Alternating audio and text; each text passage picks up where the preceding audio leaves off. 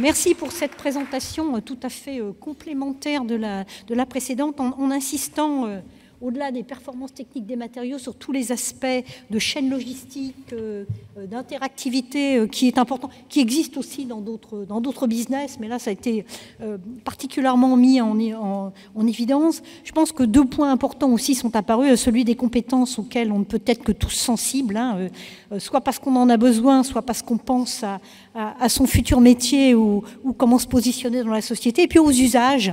Et les usages, c'est à la fois du comportement collectif, du comportement individuel et des choix qui peuvent conduire à effectivement des progrès tout à fait significatifs. Un grand merci pour cette présentation. Alors on va changer de sujet. Ça a déjà été un peu cité tout à l'heure. Il y a 100 ans, il y avait 2 milliards d'habitants sur Terre. On est 8 milliards aujourd'hui. Tout le monde aspire à du confort, à des modes de vie qui nécessitent de plus en plus d'énergie, d'un côté. Par contre, de l'autre, dérèglements climatiques, contexte politique, économique, nous conduisent à chercher toutes les économies d'énergie possibles. Alors on est un peu pris entre ces 2 feux. Pour ça, il nous faut pour le futur une énergie abondante, la plus verte possible. C'est bien qu'elle soit verte, mais il faut aussi qu'elle soit abondante. Et qui va être, comme ça a été dit dans les conférences introductives, très consommatrice de matériaux stratégiques. Alors, Frédéric Petit du groupe Siemens Gamesa va maintenant nous présenter la problématique des éoliennes, sujet qui, à mon avis, n'est pas si simple que ça. Donc, on lui laisse la parole. Merci d'avance. Merci.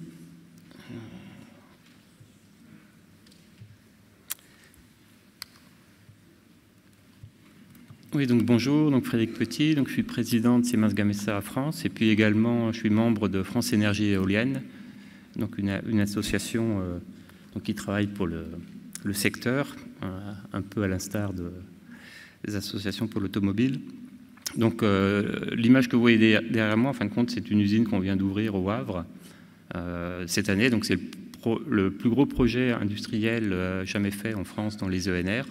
Et c'est également une première mondiale, puisque c'est la première fois où on a la production de pales et de nacelles sur un et un même site, et en plus couplé avec des infrastructures portuaires fournies par Aropa, donc pour le port du Havre.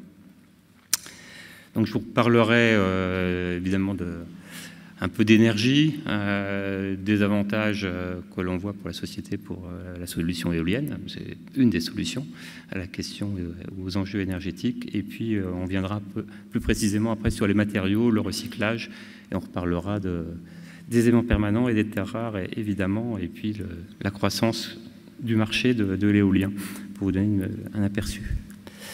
Donc aujourd'hui, en France, on est un peu plus de 900. Sur l'usine du Havre, on a recruté plus de 700 personnes. D'ailleurs, on recrute actuellement encore un peu plus de 200 personnes. Donc ceux qui veulent regarder sur notre site internet trouveront les offres d'emploi. Dans l'éolien en mer, on a 5 projets de 500 MW, donc ça fait 2,5 gigawatts. Alors 2,5 gigawatts, ça fait quoi? Ça fait à peu près l'alimentation pour 4 millions de personnes en France au niveau électrique. On a une trentaine de centres de maintenance donc pour l'éolien terrestre au plus près des parcs, parce qu'on préfère que nos techniciens soient dans les éoliennes et pas sur les routes. Et on a également un centre de R&D à Rouen qui travaille notamment sur les effets de sillage sur les éoliennes.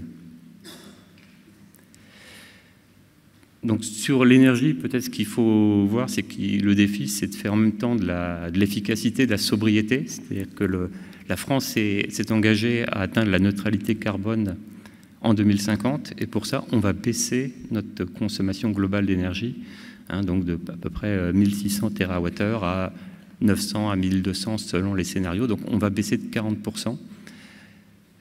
Et donc ça va baisser par une baisse de consommation des énergies fossiles. Mais dans le même temps, on va avoir une croissance de nos besoins en électricité. Parce qu'on a des nouveaux usages. Donc on voyait tout à l'heure, il y aura le véhicule électrique, les pompes à chaleur, il y a également l'hydrogène vert dont on a parlé. Donc ça, c'est pas nous qui le disons, c'est la SBC, et puis c'est également RTE, qui est le gestionnaire de réseau. Donc on doit s'attendre à une consommation supérieure, et donc ce qui veut dire on va avoir des besoins en production électrique qui vont croître, donc de l'ordre de 40% d'ici à 2050.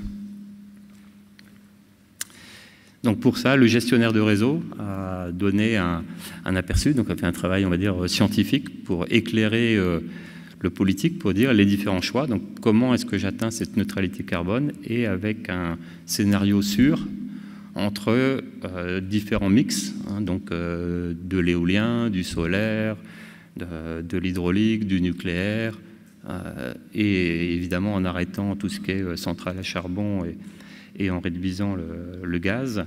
Et donc, il y a eu tout un tas de scénarios. Là, ce que montre ce travail fait par RTE, c'est que d'ici à 2050, il faut qu'on ait un minimum de 50% d'énergie renouvelable en France, quel que soit le scénario. Et en février 2022, le président Emmanuel Macron a précisé le scénario. Donc, c'est avec les 6 EPR2, hein, qui sont une solution décarbonée, et puis une trajectoire qui prévoit 40 gigawatts d'éolien en mer d'ici à 2050, et la même chose pour l'éolien terrestre.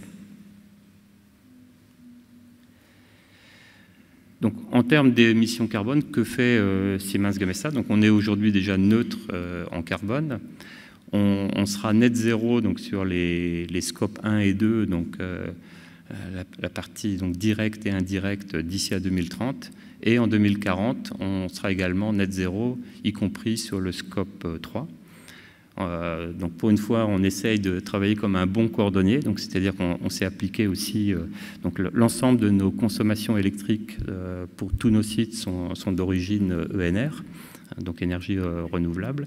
Hein, et donc on a tout un programme en cours où on regarde toute initiative pour permettre à réduire en permanence nos consommations électriques. Hein, donc, par exemple, sur nos bureaux à Courbevoie, là, on vient de passer évidemment sur éclairage LED pour l'ensemble des bureaux. Hein, c'est une petite contribution, mais chaque geste compte, et je pense que c'est un message important. C'est-à-dire qu'on peut tous faire quelque chose pour réduire. Ça ne va pas venir.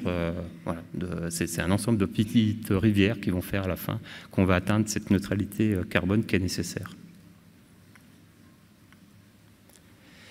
Sur l'éolien, donc on a parlé, donc, et plus précisément sur l'éolien en mer, donc on a parlé que c'est décarboné, évidemment. C'est aussi très compétitif. Hein, le dernier appel d'offres de Dunkerque, attribué en France en juin 2019, on parle d'un prix de l'énergie à 44 € du mégawattheure.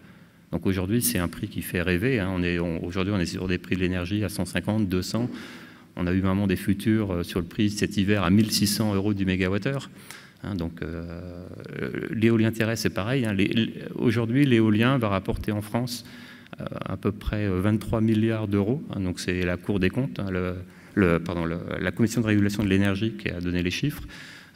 Donc c'est autant d'efforts qui vont permettre aussi de protéger le pouvoir d'achat des Français. Et c'est une énergie, en fin de compte, qui n'était pas aussi compétitive. Donc il y a eu un investissement. Mais aujourd'hui, en fin de compte, la société a vraiment le retour sur cet investissement initial, hein, puisqu'on a besoin aussi d'une énergie compétitive. C'est créateur d'emplois. Donc sur l'éolien en mer, aujourd'hui, ça a créé plus de 6500 emplois au global. Hein, et on est au début de l'aventure, hein, sur l'éolien en mer. C'est également une chaîne de valeur qui est très européenne. Donc l'Europe est vraiment en avance, à la pointe sur l'éolien. On le dit aussi parce que le marché va accélérer, on viendra dessus à la fin, mais on a également une concurrence asiatique et chinoise qu'on voit de plus en plus agressive. Hein. Donc on est à la pointe, donc au moment où on va accélérer, ce serait bien que l'Europe puisse continuer à avoir cette chaîne industrielle forte et continuer à avoir tous les fruits finalement de cet investissement initial pour rendre cette énergie compétitive. La France, en plus, est très bien passée, puisque un tiers des usines de palettes de nacelles sont localisées en France. Hein, donc je parle aussi de notre confrère de General Electric. Il y a 12 usines de palettes de nacelles, il y en a 4 en France. Et on a également des champions, par exemple le chantier de l'Atlantique. Hein, c'est un tiers du marché des usines, des projets en Europe. Donc on est pas mal placé. Et puis, le démantèlement et le taux de recyclabilité est élevé, mais je reviendrai dessus un petit peu plus tard.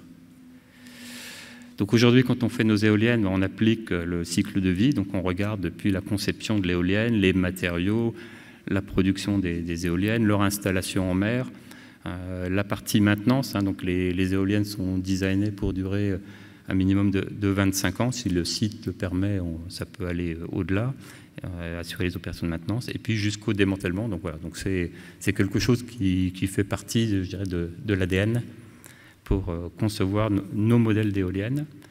Et en termes de CO2, donc aujourd'hui on a le payback donc en un peu moins de 8 mois par rapport à l'énergie nécessaire pour produire l'éolienne, et l'installer et la démanteler. En moins de 8 mois, on a le payback en termes de CO2 par rapport aux émissions initiales. Vous voyez la différence, donc on parle de 6 grammes comparé à une centrale charbon, on est plutôt à plus de 800 grammes par kilowattheure, donc c'est vraiment quelque chose qui est très vertueux, c'est de même ordre de grandeur pour le nucléaire.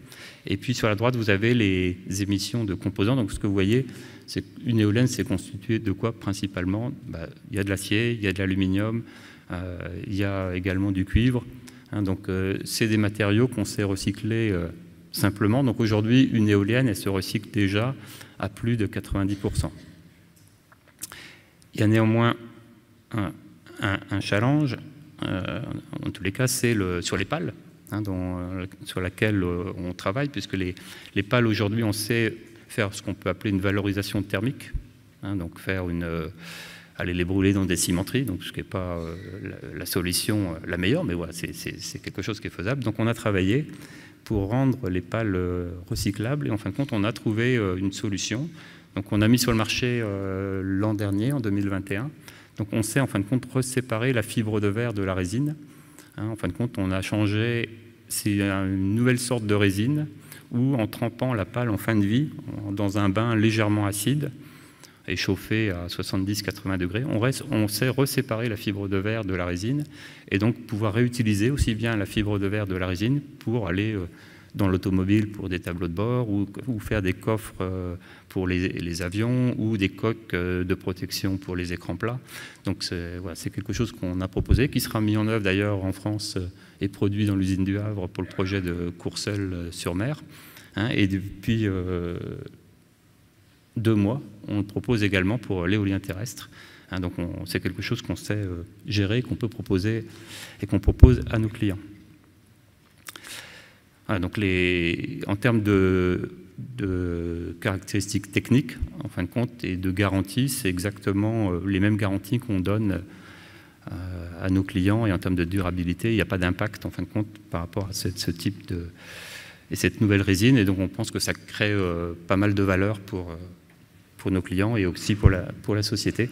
D'ailleurs, c'est un des critères qui a été introduit dans le 4e appel d'offres pour l'éolien en mer, donc ce critère de recyclabilité des pales. Donc c'est important aussi de le flécher, que l'État flèche les bonnes pratiques, ça aide également à leur déploiement. Pour revenir sur les matériaux, alors on a parlé pas mal des matériaux rares, stratégiques. Je dirais, en tant qu'industriel, nous, notre principale préoccupation, ça n'a pas vraiment été les métaux rares. La tempête qu'on a vécue avec la phase Covid, c'est que tous les prix ont bougé. L'acier, le cuivre, les matériaux rares, mais les coûts logistiques. Et on ne parle pas de 20-30%. On parle de facteurs 2, 3, 4, 5, 6. Donc c'est le contexte dans lequel on se débat, on s'est débattu, et qui complexifie la rentabilité. Donc tous les turbiniers, si vous regardez les chiffres européens, tous les turbiniers sont en situation financière complexe parce que vous avez une volatilité des prix qui a été trop importante. Je pense que sur l'automobile, ça doit être à peu près le même constat. Donc c'est une situation dans laquelle, on va dire, c'est une situation imprévue.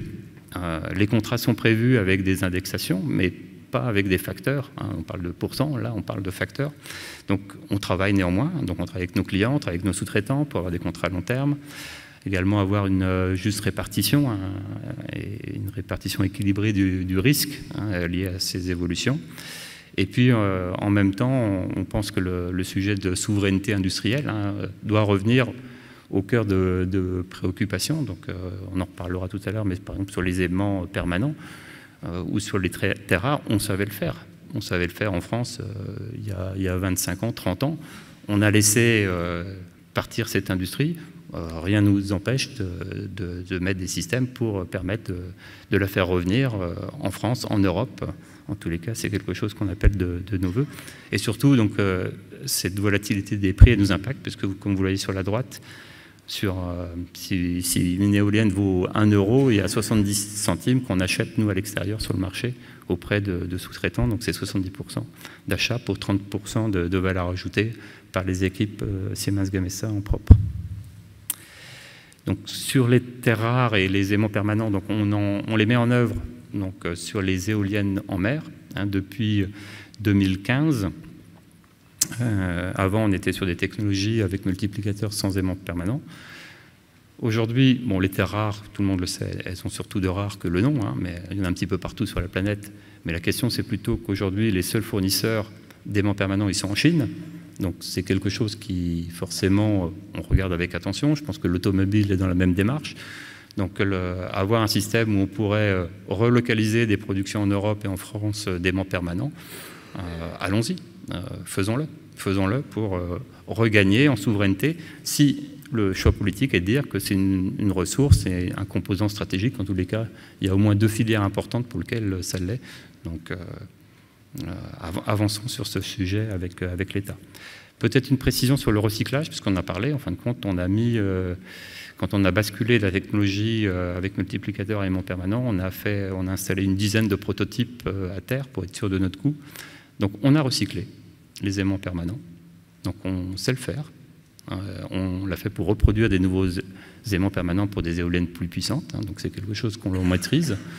En même temps, c'est quelque chose qu'on regarde avec une certaine sérénité temporelle. C'est-à-dire que le premier projet qu'on va installer en mer, c'est en 2023. Il sera démantelé en 2050.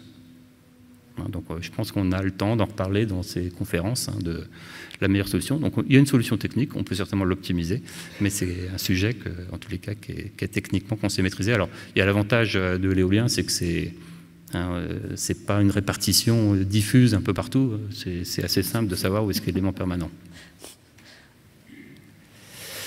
Et puis sur le long terme, donc la France s'est engagée, et donc on a signé avec les ministres un pacte éolien en mer qui vise à déployer 2 gigawatts par an à partir de 2025, mais ça passe par une planification spatiale qu'il faut mettre en œuvre. Donc on appelle depuis maintenant plusieurs mois ou années, que l'État d'ailleurs doit engager, on a parlé, il en parle depuis plus d'1 an et demi, parce qu'il y a une urgence à en parler avec l'ensemble des parties prenantes, donc évidemment les pêcheurs, les usagers maritimes, les militaires, pour trouver les meilleurs parcs. Mais 50 gigawatts d'éolien en mer en 2050, ce serait moins de 2,7% de l'espace métropolitain français. Les Belges qui vont déployer l'éolien en mer, ils vont utiliser 15%. Donc on se dit, en prenant du temps, parce qu'il y a besoin d'avoir un temps de la concertation, on doit pouvoir trouver les meilleures zones, en tous les cas les zones les plus propices. Je crois que je suis dans le timing. Vous n'êtes pas loin de la fin, là? Voyez. C'est bon, c'est la dernière. C'est la dernière. Alors là, c'est parfait.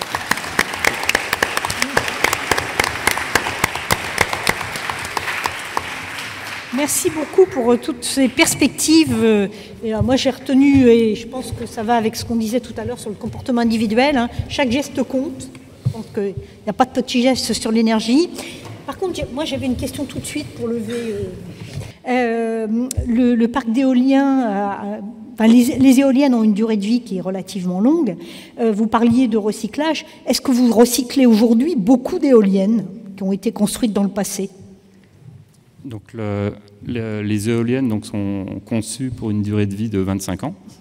Donc ça, c'est le design en propre. Après, suivant les conditions de site, si le site est moins perturbé finalement que prévu par calcul, l'éolienne peut durer plus longtemps. Donc je donnerai par exemple le premier parc éolien en mer, il a été installé au Danemark, à Vindeby, en 1991. Donc il n'y avait pas, comme vous pouvez l'imaginer, tous les outils qu'on a aujourd'hui à disposition. Il a été démantelé en 2017, après 26 ans de bons et loyaux services. D'accord. Donc à l'époque, on parlait, c'était des éoliennes de 450 kW. Donc 11 éoliennes de 450 kW qui ont été démantelées et recyclées donc là entièrement. Donc les fondations ont été ont été retirés.